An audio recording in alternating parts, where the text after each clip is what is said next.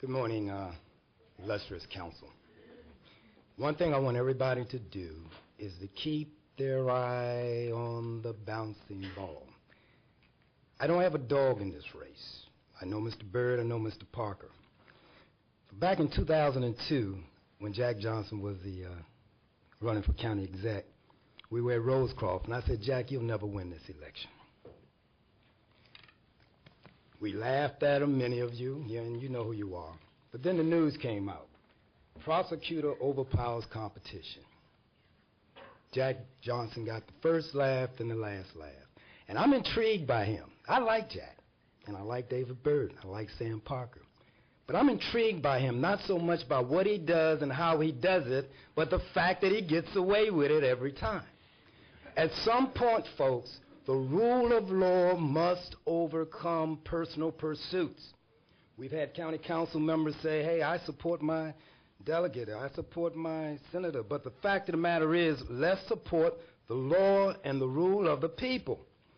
We go further, and Jack said, we have just heard that Mr. Byrd is not about Mr. Byrd, and that's the illusion. Jack is a great illusionist. He can keep you thinking one way, and the way that we're all thinking today is the great and illustrious career of Mr. Byrd. I don't deny that. Matter of fact, it trumps what Jack Johnson said one day when he quoted in the Washington Post, this is not me, in 2006, he said, what I do is hire first-class people.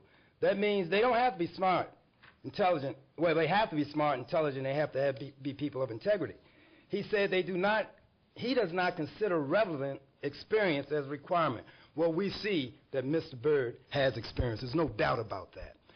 Jack Johnson also said in 2000 at his party when he won the county executive, he said, Jack Johnson stepping in, Wayne Carey stepping out. Well, what you see today, folks, is Jack Johnson stepping in. The Bible tells us, as a man speaketh, so is he, as he thinketh. Jack understands he's smarter than you think he is. He wants to step in and doesn't want to step out. And the way he does this is by these appointments. We also understand that in 2006 that we talked about Jack, about all the millions of dollars in contracts he gave to various friends, various supporters, and what have you. This is not about David Byrd. This man has an illustrious career.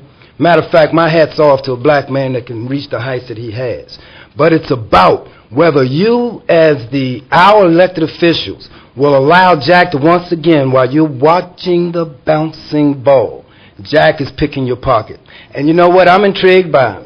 He's a smart man. So what I'm saying to you is let's not get into what David Byrd's, and maybe the next county executive will in fact have the opportunity to hire Mr. Byrd.